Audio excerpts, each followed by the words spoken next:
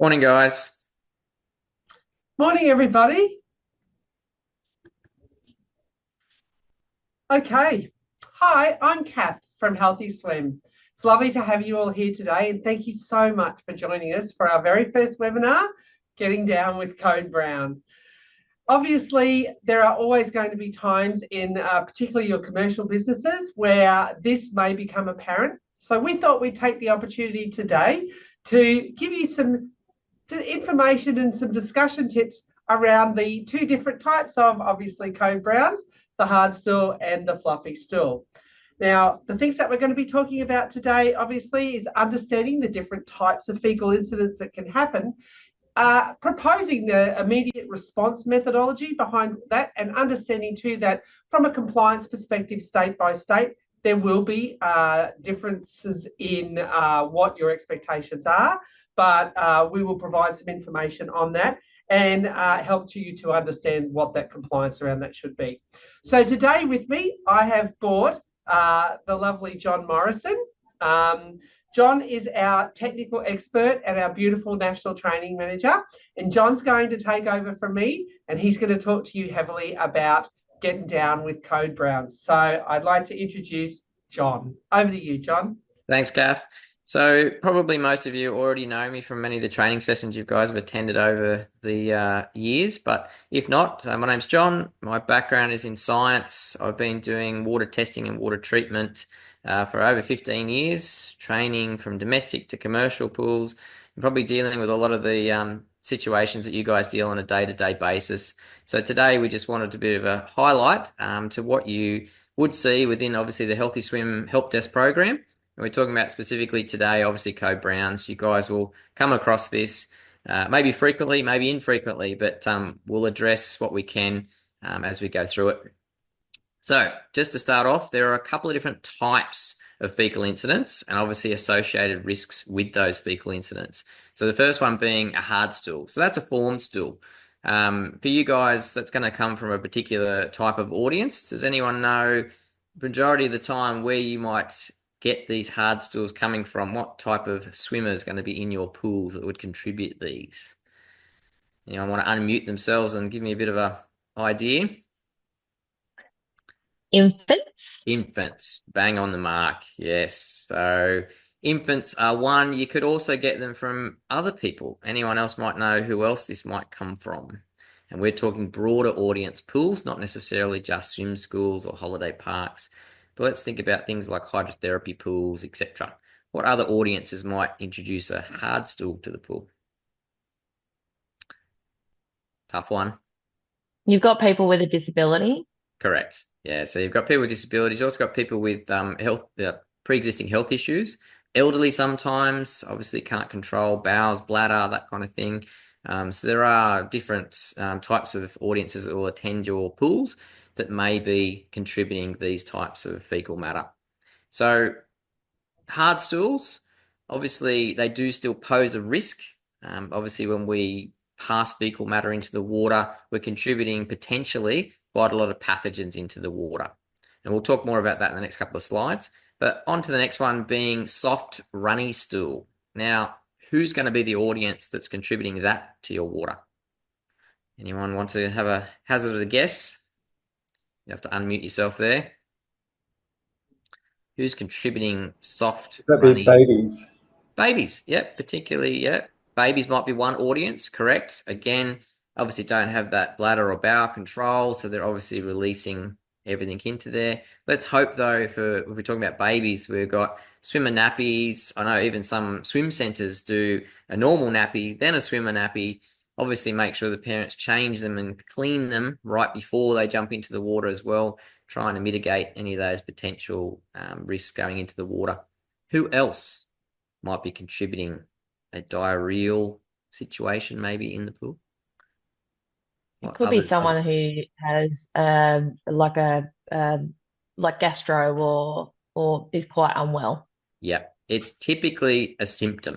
So if you are ill with some kind of infection, and if you've joined the HealthySwim training courses before, we go through that in great detail. But it's typically an indication that someone's got a symptom of an illness. And obviously with that illness, contributing fecal matter into the water is how you're going to spread that. So we want to try and jump onto those as quickly as we can. What's the big difference, do you guys think, between form stool and diarrheal stool in terms of being able to react and deal with that? Have you guys had those incidences and obviously can compare the two? Anyone? Maybe color. Yeah, color. Yep. If we think about diarrhea, yeah, it's definitely going to have potentially a different color sometimes, depending on what the infection is. Yep. If it goes One's into more the isolated than the other. Yeah, 100%. So it's much easier to quickly identify and remove a solid stool out of the water as opposed to diarrhea. In some cases, you might not even know that the diarrhea situation, depending how bad it is and the extent of it, even exists in the water. So hence, it's more difficult to deal with a soft runny stool than it is a hard formed stool. So we'll move on to the next slide. Now, I've got here a whole heap of risks. Now, I mentioned it could be hard or soft stool. I'll give you an example why hard stools might also be as dangerous or high risk as soft stools, is that sometimes with a lot of these symptoms, they can take up to 10 to 12 days for people to present with those symptoms, i.e. diarrhea.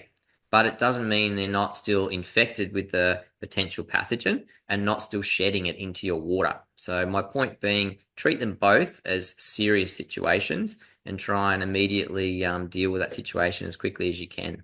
So you can see here I've listed viruses. There's quite a few viruses. I don't know if you guys realized how many you might be coming across. These are the most common viruses, bacteria, and parasites that infect people in water. So if we look at viruses here on the left-hand side, adenovirus, things can cause from that are simple gastro bugs, astrovirus, respiratory situations, enterovirus, similar, the same bit of gastro, hepatitis A, hepatitis E, noro and rotavirus are very, very common viruses. In fact, my little daughter picks them up from preschool quite commonly and kindly passes them on to me, obviously. But yeah, they're pretty common ones you'll come across. Bacteria, E. coli, Pseudomonas aeruginosa, Legionella. So that typically comes from water that's splashed around, so waterfalls, fountains, those kind of things, aerated water. And we continue on through the bacterial strains there, and welcome for you guys to look them up. I've actually put some reference links on the bottom of each of these columns of pathogens, so you can look up some scientific articles there and continue your reading after today's presentation, just to tell you about how dangerous those particular types of pathogens are. Now, parasites, the next ones. We've got Giardia and Cryptosporidium at the top of the list. Now, I've done that particularly because they're the most common ones you're going to come across, and they're the most dangerous ones that probably a lot of your patrons will be exposed to. They're also chlorine resistant. So again, in our Healthy Swim training courses, we talk about these in great detail and obviously how to combat them and keep yourself safe. Then we've got a whole lot of other parasites you can see listed there, some from immediate risk to high risk. And when I say high risk, that means potentially fatal. So just like, COVID ends up in disease, a lot of these particular pathogens you can actually end up with a particular disease associated with that. SARS, for example, related to COVID, and that can cause quite problematic issues for those that have got immunocompromised systems or haven't developed those response systems, like children or elderly that no longer have that level of defense. So if we move on to the next slide, this is the big thing you guys probably need to get down pat. Can anybody tell me if they have an incident response kit on site? Hopefully handy. Yes, we do. Yep, you do. Awesome. If you do not have one, the biggest thing out of today's course or seminar you want to get out of is obviously the procedures to take place, but create one. Create a kit. Now, that's a kit that obviously keeps you safe and obviously something that's handy to grab to deal with the incident as quickly as possible. I'm talking about a sealed container that obviously has gloves, because you're going to have to remove these stools out of the water. I don't know about you, but I'm definitely not going to want to be grabbing, someone else's fecal matter out of the water with my hands. Certainly goggles, Potentially maybe some sort of face shield, because you certainly don't want that water splashing up into your mouth, your nose, and infecting you as well. And you're going to need, most importantly, a net or scoop, something to remove it out, because unless it's a floating one along the water, which is also an indication of some particular illnesses, but if it's sinking or in the water column itself, you're going to need to retrieve that very quickly. And with those kits, you've then got to sanitize those kits and make sure that they're healthy for next time that you're using it, seal back up, expose of any gloves that you might have, and have that handy. And obviously label that kit so people know, where is it? Okay, let's talk about the response. So first we spoke about hard stools. So with hard stools, someone said, isolate it easier. You can see it, identify it, we can scoop it out and get it out much quicker. But the first thing you want to do is close the pool. So if someone identifies that there's, or reports that there's a stool in the water, you need to close the pool, get everybody out of the pool so there's no potential contamination, as quickly as you can. Scoop out the stool out of the water. That's probably step one. And then obviously you need to dispose of that, whether that's in your local toilet or you've got some other facility to contain that for a temporary period. The next thing is obviously the water treatment and filtration. So you would maintain a residual free chlorine like you already have under your own health regulations in states and territories. Okay, so the idea is to do a quick water test just to make sure that you do have those adequate levels. If not, you need to increase those levels, whether that's manually or you're turning up your controller to try and get those levels of sanitation up to protect, obviously, any future swimmers that are in the water. That's ideal to do it. Leave it for a period of time to make sure that, it's come in contact with any of those potential hazards in the water. So that's step two. Step three would be obviously identifying what you've done as a procedure and documenting it. So if the health department comes, because somebody reported they were sick from your site, you've got documentation on what you did on that particular incident. You might have microbiological testing, which we recommend, and HealthySwim can assist with that service, to obviously back up that you are treating your pool and you don't have those types of infections present. Now, does anybody have a risk management plan for their site? Nope. A risk management plan is something you should definitely have. It should be like the Bible of your site, and things like your procedures such as this, or where you're located of your incident response kit is, who's responsible to do it, how to document it, should be all written in there. So that is something you might want to look at creating. And, if you're a HealthySwim subscriber and member, then we can certainly assist you with that. So documentation, very important. Make sure you put, obviously, when the incident occurred, what the incident was, who dealt with the incident, and how you responded with it. Did you treat the pool? Did you check the water quality? Did you add anything to the water? That's pretty important to record. Next slide, if we can, to the next one. The next one is soft and runny stool. So this is the hardest to deal with because it's not isolated and potentially could be everywhere. So it's not something you can get a net and run around and scoop all the bits and pieces and liquid up. So this one, you definitely need to evacuate everyone out of the water ASAP, signage up, pool closed, no one can re-enter the pool, closed for maintenance or closed for incident. Step two, as opposed to the previous section of just maintaining residual free chlorine, in this case, you need to superchlorinate the water. Now, why would I be superchlorinating the water as opposed to the last hard stool one I just had to maintain free chlorine? Anyone got any ideas why? Why am I superchlorinating it when it's a runny stool? You're dealing with bacteria and viruses and parasites. Yeah, we mentioned before the symptoms are there. They've got the runny stools, so that's an indication they've got some sort of illness. So we need to definitely remove that potential hazard. So we're superchlorinating the water, getting the levels up, 20 milligrams per litre, which is 20 ppm, same, just a measure of scale. And we want to maintain that, pretty much overnight would be the ideal situation. Now, we mentioned before, these are guides. So every state and territory has a little bit different interpretations and obviously requirements, and you have to adhere to those requirements in your state and territory. So we also need to make sure that the pH is correct. So when you superchlorinate the water, as you know from the Healthy Swim training courses, or maybe if you want to attend, you'll learn, the pH is vital. Depending on what level pH you have will be how effective that chlorine works at removing, foreign matter, or in this case, pathogens from the water. So 7.5 or below is where you want to try and keep those levels. So you're testing for chlorine levels, but also testing for pH levels. Now, continuous filtration. So there's a couple of different things here we need to discuss. Your normal filtration, obviously to catch any sediment, and that might be even from the runny stools. You need to then backwash that. So make sure you remove that from the system so it's not recirculating back through. If any of you have, and somebody put through a message before this training session, that they have secondary sanitation, so UV, ozone, or both, AOP, combination of both, you want to continue them running at the same time. So that will then help assist treating on contact any of these pathogens that potentially might be in the water.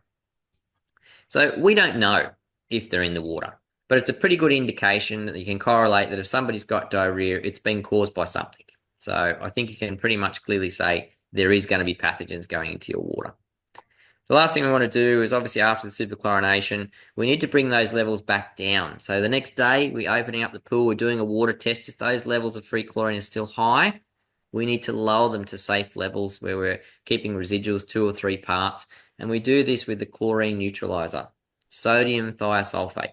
If you haven't heard of it, you haven't got it, I'd recommend you get them. Store it in your plant room. It's little crystals that will help you bring the free chlorine levels back down, not combined, free chlorine levels. So important to have that.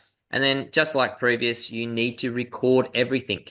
So who obviously closed the pool, who tested the pool, who superchlorinated the pool, and what levels you got it to, how long. When you tested it the next day, what was it? What did you add to neutralize it? And then you opened the pool. A story from A to Z for the health department or council if they're reading it, and for your records for your own insurance. You want to keep these in your documentation. Next slide, if we can. So before I mentioned, this is a guide. So I'm giving you the best practice probably of what you should be doing, but in each state and territory, there are regulations and guidelines that stipulate what you must follow procedure-wise. Now, I've listed them here. You can see on the slide, there's some links for every state and territory, New Zealand included. That's going to walk you through what your requirements are in your state and territory. But as a recap, record keeping is vital to make sure that obviously you've got everything detailed. Cover your own butt, basically. Excuse the pun with this whole topic.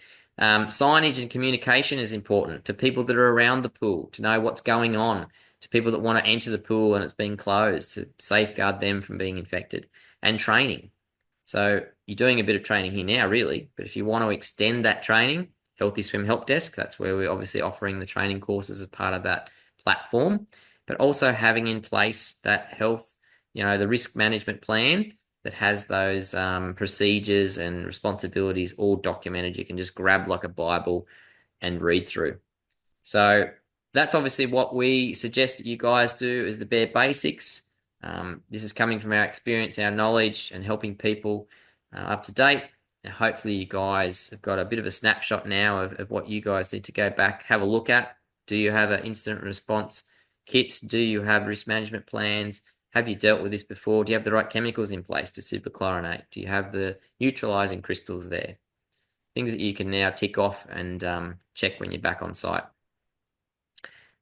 Move on if we can. Yeah. So I've got a case study here, Cath. I think that's for back sure. to you now. Beautiful. Thanks, John. So one of the things that Healthy Swim does as part of our members subscription is we have a help desk, and those are manned 24/7 because your business operates obviously outside those hours.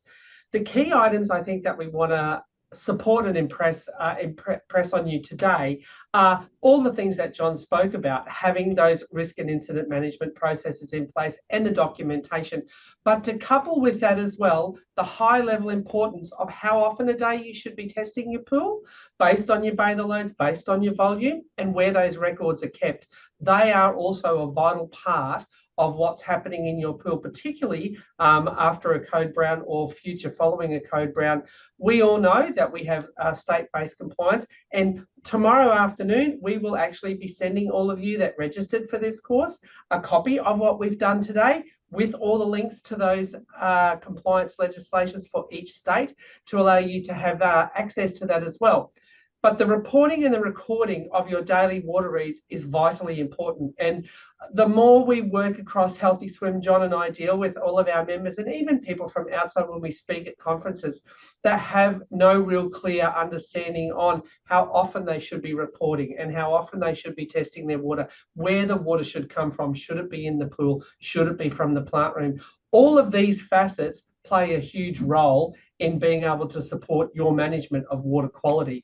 Now, we touched on Code Brown today. If you've ever had anybody that has picked up a virus, particularly from a pool like crypto and such, it is life-changing because those viruses can not only make you ill for that first impressionable area, but ongoing.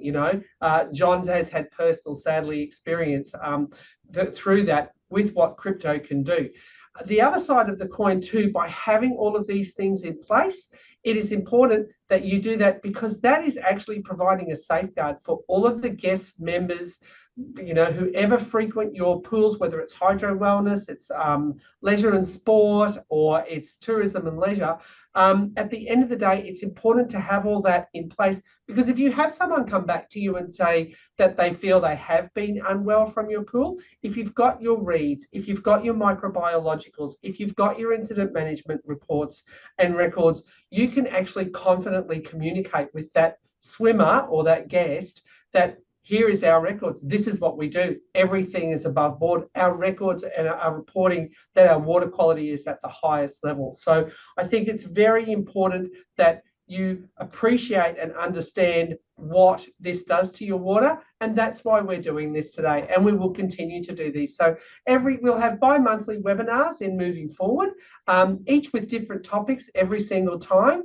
And we look forward to people just coming to getting to know us and getting to know what it is that we offer. So the big ticket items, as John said today, have your incident and response management processes in place and make sure that you have trained all of your team on how to deal with Code Browns either way. Now, I'm going to open up the floor to anybody that has any questions that they would like to ask John or myself. We'll open the floor for a couple of minutes. So does anyone have any questions they would like to ask?